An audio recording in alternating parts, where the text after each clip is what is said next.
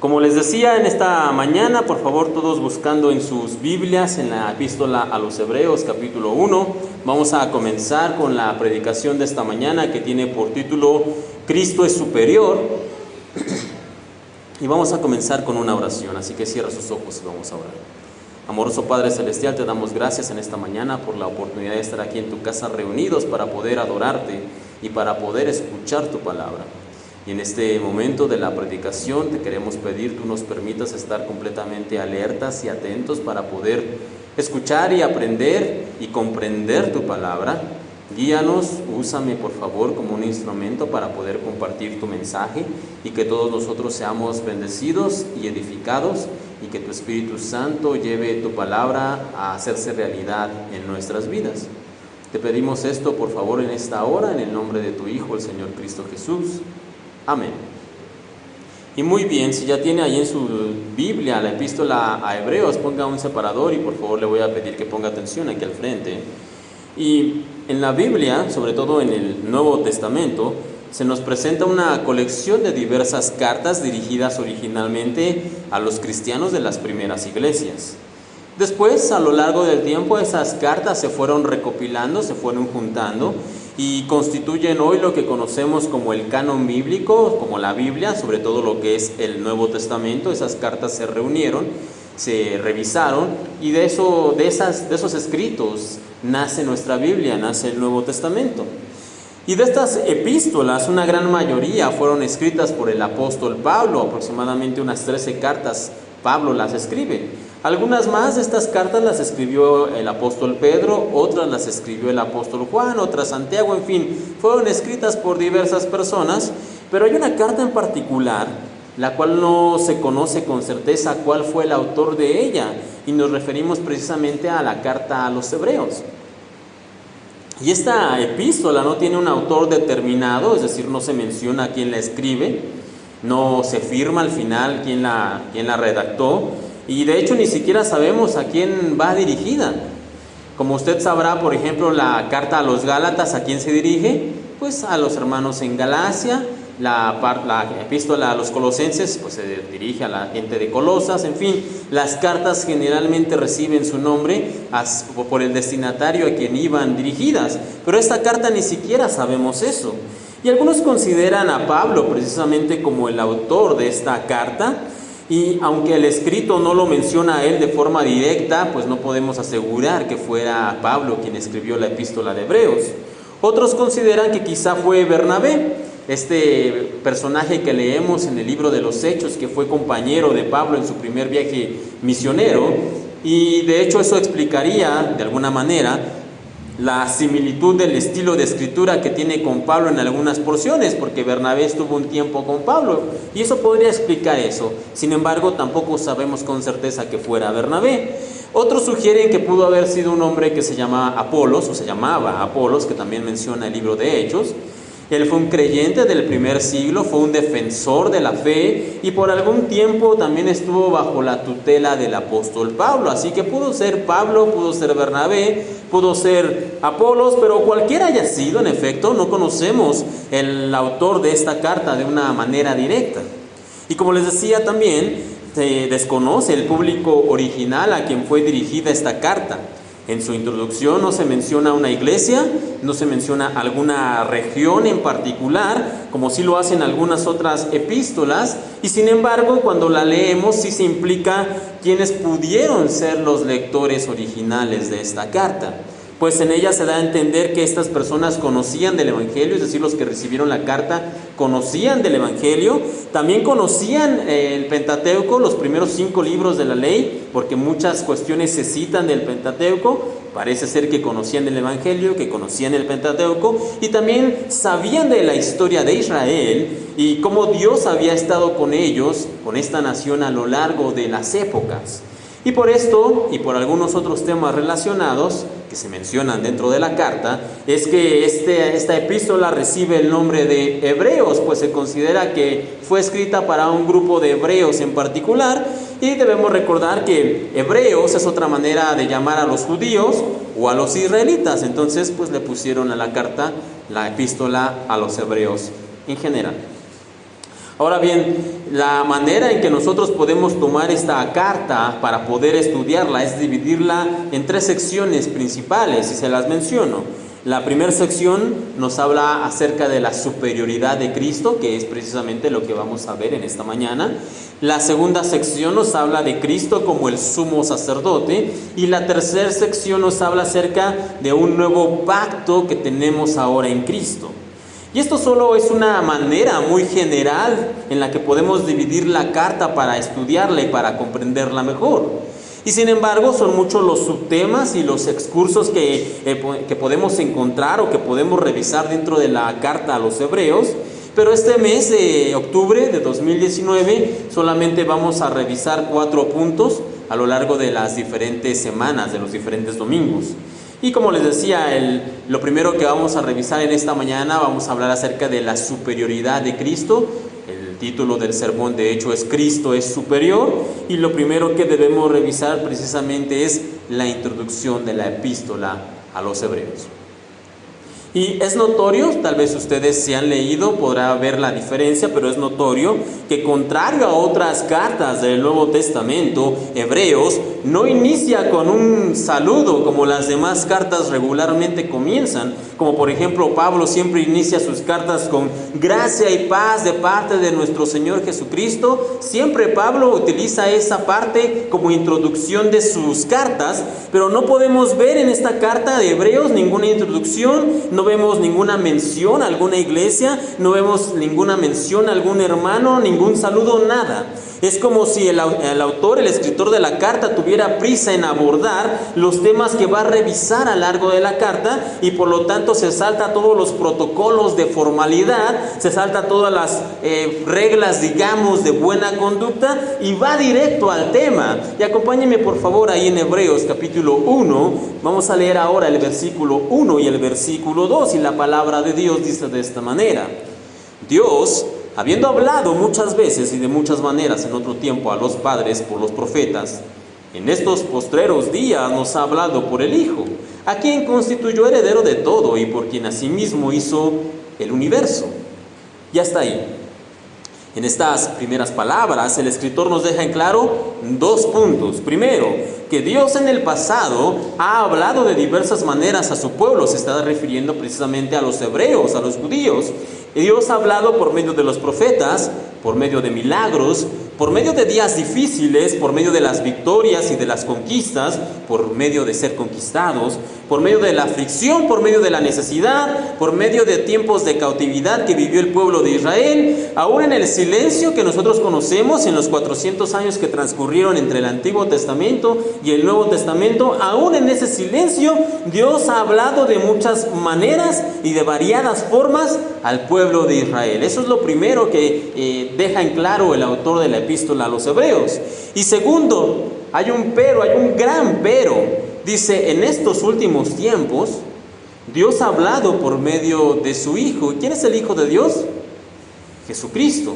Ahora en estos postreros tiempos, dice el escritor de Hebreos, Dios ha hablado por medio de su Hijo. Y cuando se nos dice que Dios ha hablado por medio del Señor Jesucristo, no solamente se refiere al hecho de encontrar las palabras registradas del Señor Jesús en los evangelios. Si bien es cierto, por un lado, esto es la manera en la que el Señor nos habla por medio de sus discursos que encontramos registrados en los 4 evangelios que conocemos, hay otra manera en la cual también podemos hablar. De hecho, nosotros tenemos un dicho que reza: una acción vale más que, o dice más que 1000 palabras. Y precisamente tenemos el registro de algunos de los discursos del Señor Jesús en los evangelios, pero también tenemos el registro de sus acciones, y sus acciones hablan tan fuerte como sus discursos, como sus palabras.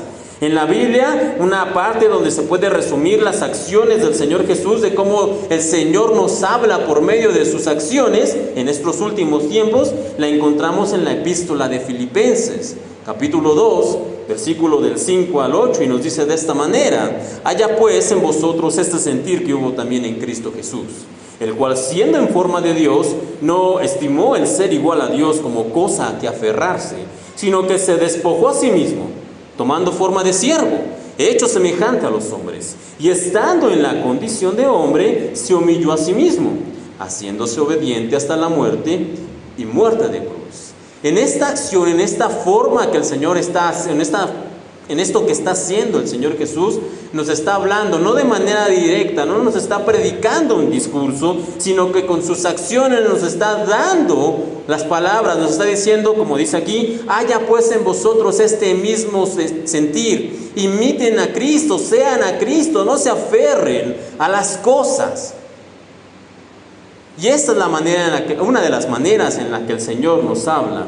Otra forma en la cual podemos ver con poderío cómo el Señor nos habla en estos últimos tiempos por medio del ejemplo de su Hijo Jesucristo, lo encontramos en uno de los versículos más conocidos de la Biblia, Juan 3:16. Y no tienen ustedes que buscarlo, seguramente lo conocen de memoria. Juan 3:16, la palabra de Dios nos dice: porque de tal manera amó Dios al mundo, que ha dado a su Hijo unigénito, para que todo aquel que en él cree no se pierda, mas tenga vida eterna. Y aquí hay otra forma más en la cual el Señor nos habla. ¿Y cómo nos habla? Nos habla diciendo que Él nos ama.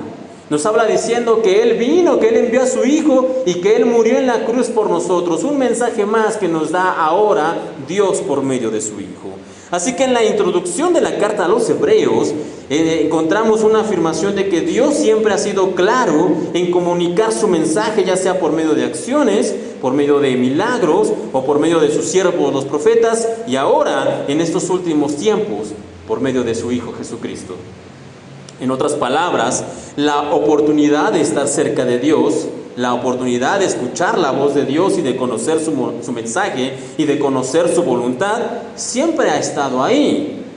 Como escribe el salmista, Salmo 145, versículo 18, cercano está Jehová a todos los que le invocan, a todos los que le invocan de veras. El Señor siempre ha estado cercano, solamente depende de nosotros buscarlo e invocarlo de todo corazón. Ahora bien, luego de esta introducción que nos da el escritor de Hebreos, la carta va a pasar como siguiente punto a hacer una declaración contundente que reitera o que va a reiterar a lo largo de los siguientes pasajes en más de una ocasión, y nos dice el escritor una verdad: Cristo es superior. Ese va a ser el mensaje de los siguientes pasajes. Cristo es superior. Y alguno podría pensar, bueno, por supuesto, es obvio, Jesús es superior, Él es el Hijo de Dios, Él es Dios. Y sin embargo es importante saber que en aquellos años, cuando esta carta fue escrita, en ese entonces había diferentes corrientes de pensamiento y de enseñanza, y en algunas de esas corrientes se hablaba de que Jesús no era Dios. No se mencionaba o no se enseñaba que Jesús era el primogénito Hijo de Dios, sino que en esas corrientes se enseñaba que Jesús era un gran maestro, que Jesús había sido sí un enviado de Dios, que posiblemente Jesús era solamente un ángel, pero uno de los muchos ángeles, y que tal vez solamente Jesús era un profeta más. Por lo tanto, el autor de Hebreos tiene que hacer esta declaración en los siguientes pasajes y decir: Jesús o Cristo es superior. Y lo primero que va a establecer es que Cristo es superior a los ángeles. Cristo es superior a los ángeles. Y debemos entender esto en la cultura judía, porque debemos recordar que esta carta fue escrita para los judíos o para los hebreos. En la cultura hebrea se había permeado un grupo de ideas en donde se rendía culto a los ángeles.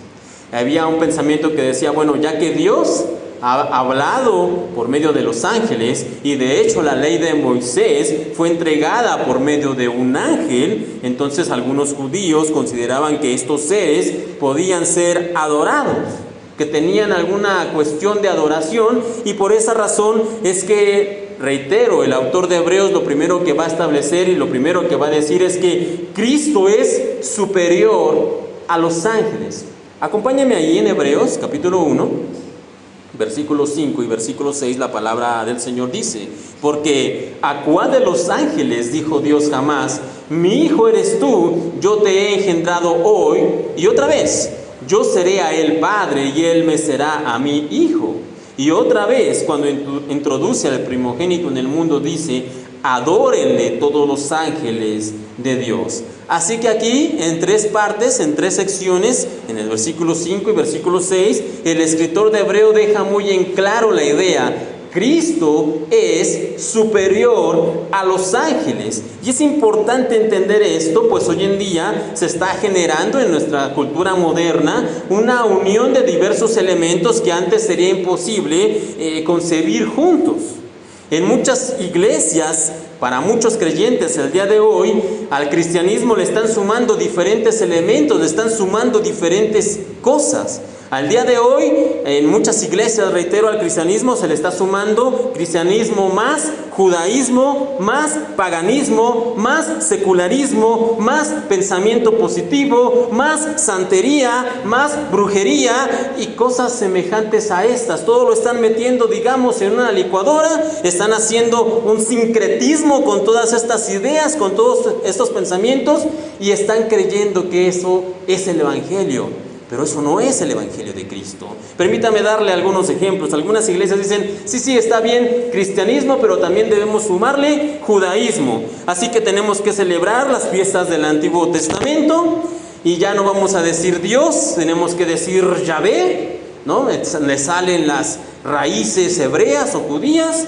Ya no comen cualquier comida, ahora vamos a comer carne kosher y para acabar de rematar aquí al frente vamos a colocar una bandera de Israel, porque somos el Israel espiritual. Y le meten al cristianismo judaísmo cuando la Biblia enseña claramente que Cristo es suficiente, que no necesitamos más. Eso por un lado. En otras iglesias al cristianismo le suman, por ejemplo, paganismo, donde los hermanos dicen, sí, aquí creemos en Dios, pero también debe haber algunas energías en el mundo, algunas vibras, tal vez algún espíritu, y entonces comienzan a haber poder en los rezos y poder en repetir ciertas oraciones como si fueran alguna especie de mantra, donde empiezan a hacer repeticiones de oraciones y creen en el poder de las buenas y las malas vibras y en los ambientes y en crear atmósferas para que el Señor se mueva. Eso es paganismo. Eso no es cristianismo. Donde la Biblia establece que tenemos que establecer una atmósfera espiritual para que Dios se mueva. Dios se mueve donde quiera. Y de hecho la Biblia declara que del Señor es la tierra y su plenitud. Él está en cualquier lado. No tenemos que crear una atmósfera mística para que el Señor se mueva. Y si nosotros creemos, enseñamos, hemos escuchado eso solamente es paganismo, no cristianismo. También se ha introducido junto con el cristianismo, se le suma el pensamiento positivo. Y se le dice a la gente, no hermano, si usted lo cree con firmeza, lo obtendrá. Si puedes verlo, entonces Dios hará que sea tuyo. Dios quiere que tú cumplas tus sueños, que cumplas tus metas. El sacrificio de Cristo en la cruz nos libra, no del pecado, no enseñan eso. Nos libra de la pobreza, nos libra de toda clase de sufrimientos. Y lo que usted tiene que hacer es decretar, tiene que declarar y tiene que arrebatar lo que es suyo. Y eso no es cristianismo. El hecho de cerrar los ojos y desearlo con toda nuestra fe, eso no enseña la palabra del Señor. Eso es pensamiento positivo. Y eso no está en la Biblia. Y ya no hablemos más de cuestiones, por ejemplo, de que si yo muevo esta bandera en cierta manera o en cierto círculo o este pandero o pandereta, entonces la presencia de Dios desciende y si manejo estos colores en mis listones, entonces el Señor vendrá. Eso no es cristianismo, eso es brujería. Estamos confiriendo poder a los objetos. Eso es hechicería, no cristianismo. Y todo esto da como resultado, les decía, una mezcla que antes era impensable, de diferentes vertientes en donde Jesús, el Señor Jesús, no es la voz cantante, sino que el Señor Jesús es solo una más de las diversas voces que puedo escuchar en mi vida. Jesús solamente es uno más, pero también tengo el santo de aquí y la brujería de acá y el pensamiento de positivo de acá y le mezclo un montón de cosas a ver cuál cuela, a ver cuál pega. Y por eso reitero, la Biblia nos dice y nos está enseñando aquí en el libro de Hebreos, en esta parte en particular, que Jesús es superior. Y es importante no solamente decirlo, no solamente leerlo, sino también creerlo y vivirlo.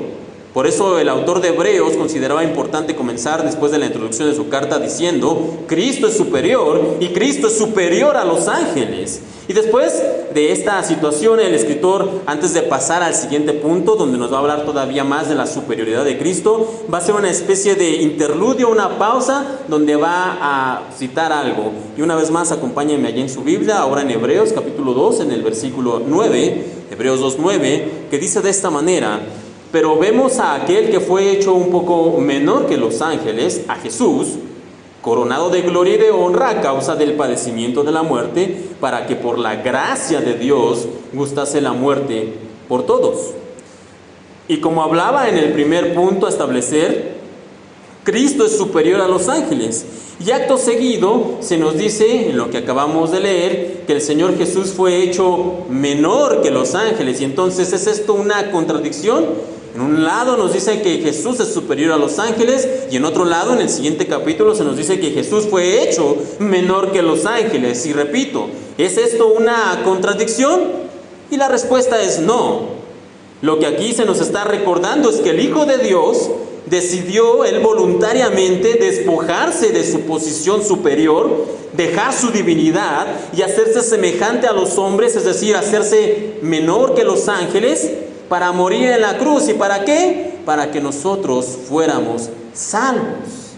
Si lo ponemos en una frase, es esta: Jesús es superior a los ángeles. Y sin embargo, Él decidió voluntariamente despojarse de su superioridad para morir en la cruz y salvarnos de nuestros pecados. Así que Jesús en efecto es superior a los ángeles, pero al mismo tiempo Él decidió volverse menor a ellos. ¿Para qué? Para padecer en la cruz, para salvarnos a nosotros. Y este interludio, esta pausa del capítulo 2 de Hebreos, es un recordatorio del sacrificio y de la obra redentora que el Señor Jesús hizo por nosotros en la cruz del Calvario. Ahora bien, luego de este entreacto que encontramos ahí en el capítulo 2, se va a continuar con la idea que venimos desarrollando, y esa idea es: Cristo es superior. Y para los judíos, en la siguiente idea, había un judío que se destacaba más que ninguno por el legado que había dejado en la nación de Israel. Y contrario a lo que pudiéramos pensar, ese judío más grande de todos los judíos no era Abraham, porque Abraham sí era el padre de los judíos, pero no era el mayor de los judíos. Tampoco era David. David fue el primer rey, tal vez fue el rey más grande de Israel, pero no era el más grande de los judíos. Y tampoco era alguno de los profetas, como por ejemplo el profeta Elías, que fue el más grande quizá de los profetas, pero no fue el más grande de los judíos. Así que para los judíos, el más grande de todos ellos, el que tenía mayor trascendencia en cuanto a historia se refiere, era Moisés. Por lo tanto, quien escribe Hebreos va a usar en el siguiente punto de la carta para establecer la superioridad de Cristo. Y el siguiente punto es que Cristo es superior no solamente a los ángeles, sino que Cristo también es superior a Moisés. ¿Y quién fue Moisés? Bueno, Moisés fue la persona que Dios utilizó para liberar a los judíos luego de 400 años de esclavitud en Egipto. Fue el líder que condujo al pueblo de Israel en el desierto. Fue aquel que Dios utilizó para hacer diversos milagros, como las 10 plagas de Egipto, abrir el mar en dos, sacar agua de la peña, etc. Fueron muchos los milagros. También Moisés fue un profeta, fue estadista, fue dirigente del pueblo y de hecho también fungió como intermediario entre Dios y el pueblo de Israel. Y también fue aquel que recibió la ley de Dios y que la transmitió al pueblo de Israel. Así que podríamos decir que si Abraham es el padre de Israel, Moisés es quien le da forma y fondo a la nación de Israel. Él es quien le da toda la forma como tal. Y una cosa más que hizo Moisés fue construir el tabernáculo de Dios. De hecho, luego de recibir la ley, él reunió al pueblo y mandó la construcción del tabernáculo, y pasaron muchos años. De hecho, la nación de Israel pasó de los jueces a los reyes, se estableció un sistema de gobierno, se estableció una economía, se estableció una forma de comercio. Hubo muchos cambios dentro de la nación de Israel, pero luego de muchísimos cientos de años, la ley de Dios entregada a Moisés y las bases de adoración establecidas en el tabernáculo, que después se convertiría en el templo de piedra, aún continuaban.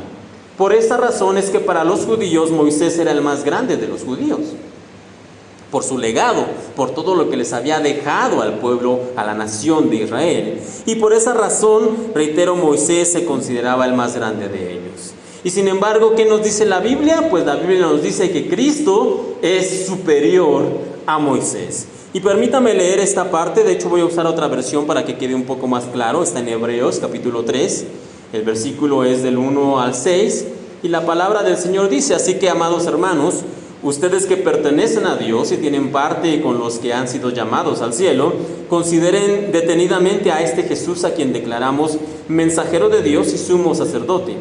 Pues él fue fiel a Dios, quien lo nombró, así como Moisés fue fiel cuando se le encomendó toda la casa de Dios. Pero Jesús merece mucha más gloria que Moisés, así como el que construye una casa merece más elogios que la casa misma. Pues cada casa tiene un constructor, pero el que construyó todo es Dios. En verdad, Moisés fue fiel como siervo en la casa de Dios.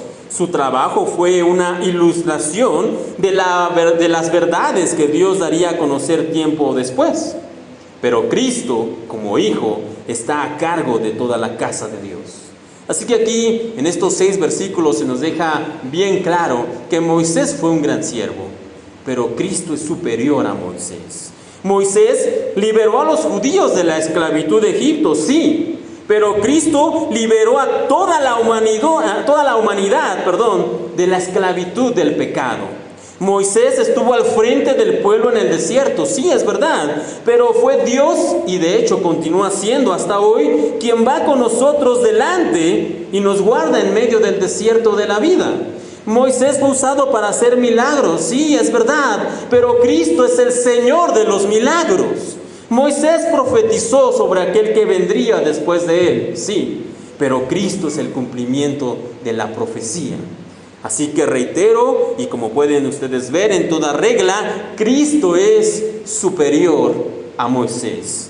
Y el autor de Hebreos usa a Moisés solamente como un ejemplo para representar a los patriarcas, a los profetas y a los hombres de fe del Antiguo Testamento.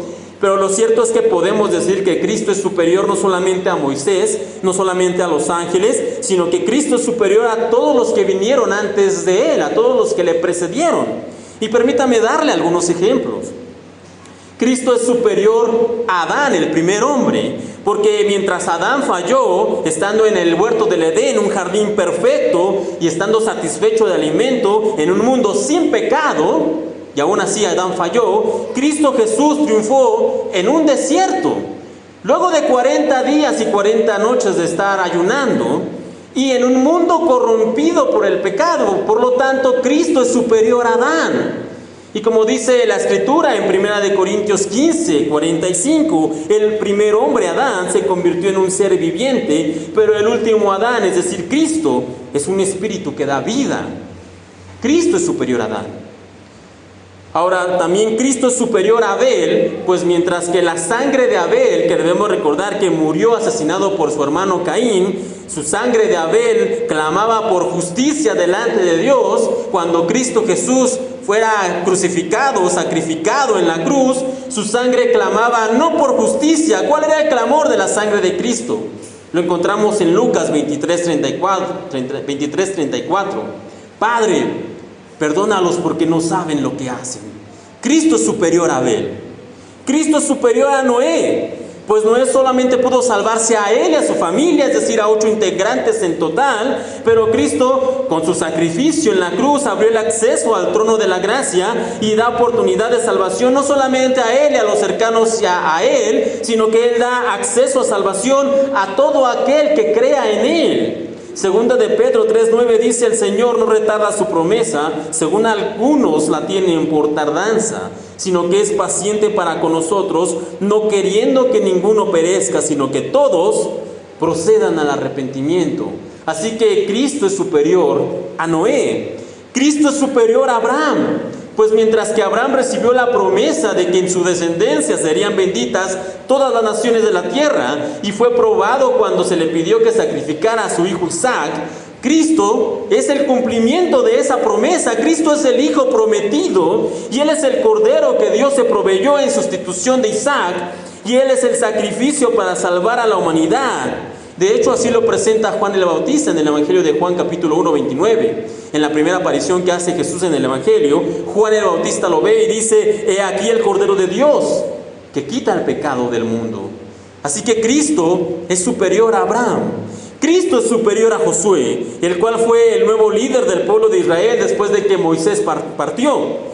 Y fue Josué el que llevó al pueblo a la tierra prometida. Eso lo podemos leer precisamente en el libro de Josué en el Antiguo Testamento. Y sin embargo, hay una tierra prometida aún mejor. Hay una patria celestial a la cual Cristo ha prometido que nos llevará si esperamos en Él, y donde Él nos dará verdadero descanso. Cristo es superior a Josué. Y regresando al libro de Hebreos en el capítulo 4, donde están ustedes, en el versículo 8 en adelante, se nos dice lo siguiente: porque si Josué, de quien ya dijimos que Cristo es superior que Josué, porque si Josué les hubiera dado el reposo, no hablaría después de otro día. Por tanto, queda un reposo para el pueblo de Dios. Hay una patria mejor, una patria celestial, un lugar donde recibiremos verdadero reposo.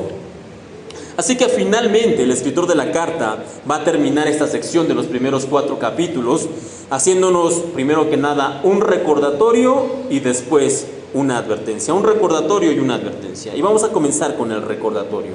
Ahí en Hebreos capítulo 4, donde está usted, versículo 7 en adelante, la Biblia nos dice lo siguiente: por lo cual, como dice el Espíritu Santo, si oyeres hoy su voz, no endurezcáis vuestros corazones como en la provocación en el día de la tentación en el desierto, donde me tentaron vuestros padres, me probaron y vieron mis obras 40 años. Y aquí el escritor de Hebreos nos hace mención de un episodio que sucedió precisamente poco tiempo después de que el pueblo de Israel fuera liberado de la esclavitud de Egipto. Ustedes pueden leer esto en el libro de Éxodo. Y en esa parte, en esa porción, se nos dice que el pueblo había visto las 10 plagas y ninguna de esas plagas los había tocado. Habían sido librados del faraón cuando Dios abrió el mar en dos.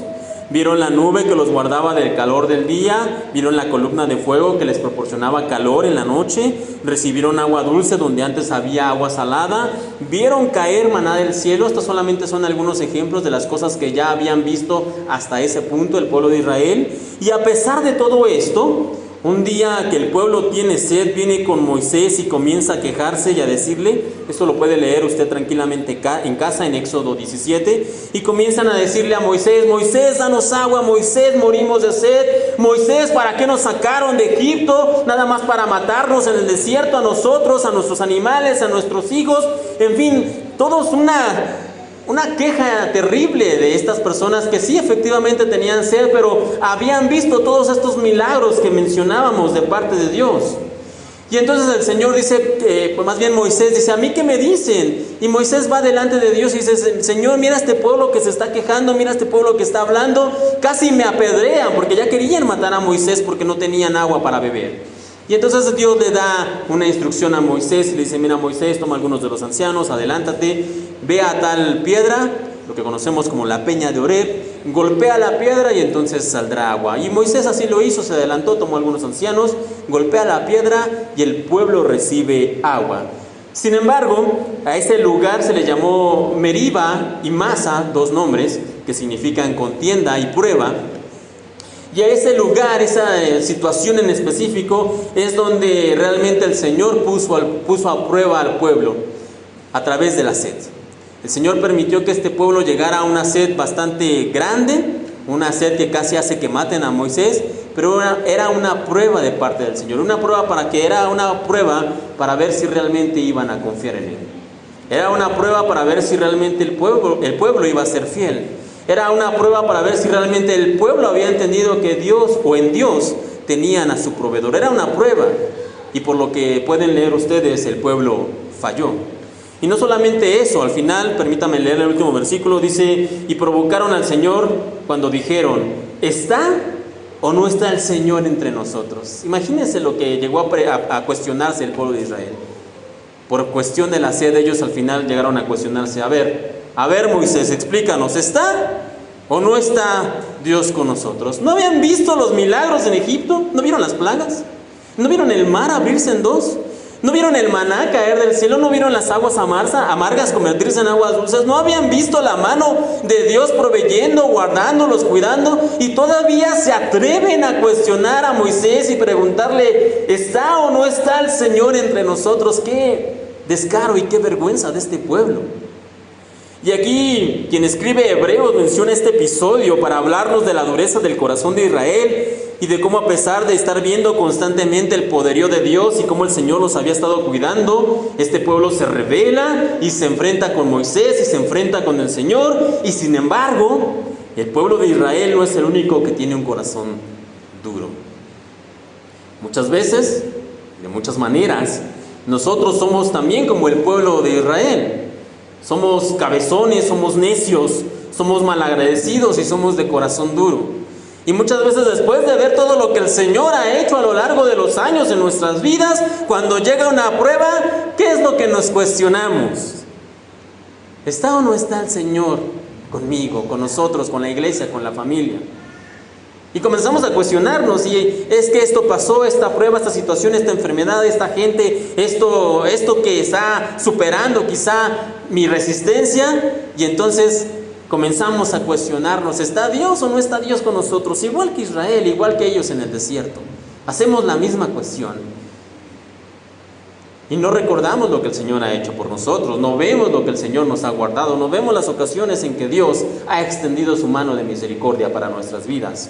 No, simplemente cuestionamos, ¿está Dios o no está Dios con nosotros? Y no en vano la carta continúa diciendo en Hebreos 3:12, miren hermanos, que no haya en ninguno de vosotros corazón malo de incredulidad para apartarse del Dios vivo.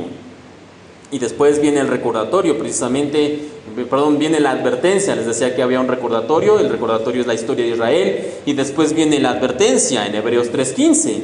Así que si oyereis hoy su voz, está aquí hablando de la voz de Dios, si oyereis hoy su voz, no endurezcáis vuestros corazones como en la provocación.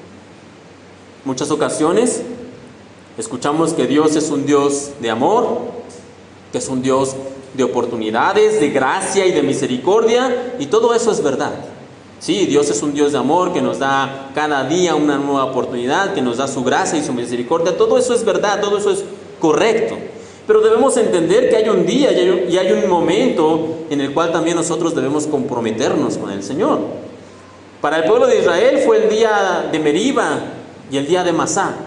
Ese día el Señor quería ver si el pueblo realmente le iba a ser fiel. El Señor quería probarlos y quería comprobar si el pueblo realmente lo iba a seguir. Y el pueblo de Israel falló. Y como fallaron esa prueba, ¿cuál fue la consecuencia? El pueblo anduvo 40 años en el desierto, hasta que todos esos que fallaron murieron. Y fue una nueva generación la que entró a la tierra prometida. El pueblo de Israel, que el Señor libertó de Egipto, fue un pueblo que vio de primera mano estos enormes milagros de Dios. Y no obstante, el día de la prueba, ese día de Meriba, cuando pasaban por la sed, no confiaron en el Señor como su proveedor, como aquel que les había liberado de la esclavitud, que los había guardado contra ejércitos, y que ya previamente, porque ya había constancias previamente ya los había alimentado de manera milagrosa, y previamente ya les había dado de beber en el desierto de manera milagrosa también. Ya lo habían experimentado. Y por el contrario, lo que hicieron fue endurecer su corazón.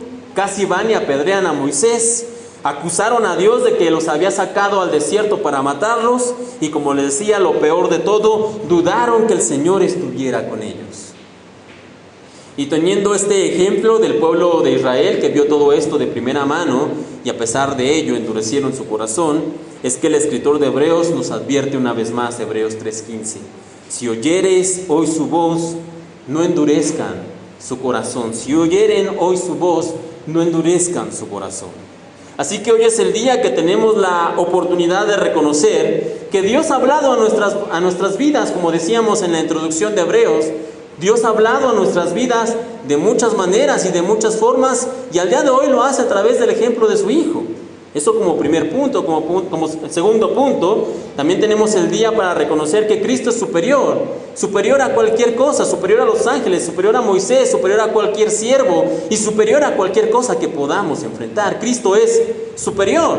Y como tercer elemento que podemos declarar en este día es que el Señor nos recuerda que tenemos una promesa de descanso y de vida eterna en Él.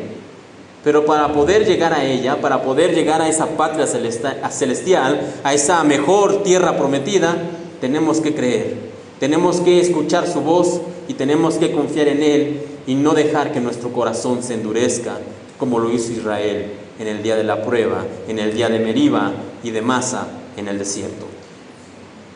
Así que, hermanos, pensando en esto, si escuchamos su voz, no endurezcamos nuestro corazón. Decidamos creer en Dios, decidamos comprometernos, busquemos ser fieles al Señor, y si hacemos esto, Él nos promete llevarnos a una mejor tierra prometida, a una patria celestial y a un descanso eterno. Así que cierre sus ojos en esta mañana y vamos a terminar con una oración. Señor, te agradecemos en esta mañana por tu palabra. Gracias por la oportunidad que tenemos de leerla, de comprenderla. Te pedimos, Señor, que en esta mañana nos permitas estar atentos a escuchar siempre tu voz, que podamos siempre también reconocer que Cristo es superior a cualquier cosa que podamos enfrentar, y que escuchemos, Señor, tu voz, que no endurezcamos nuestro corazón como nos recomienda la Escritura de Hebreos, sino que estemos abiertos, dispuestos, con un oído atento y un corazón receptivo para escuchar tu palabra, escuchar tu promesa y ser participantes de ella. Te pedimos también, Señor, en esta hora por el resto del día, las actividades, los hermanos que salen, que los lleves con bien a casa y que esta semana que está comenzando, tú nos bendigas, nos guardes, nos protejas y nos ayudes. En tus manos nos encomendamos, bendito Padre Celestial, en el nombre de tu Hijo, el Señor Cristo Jesús. Amén.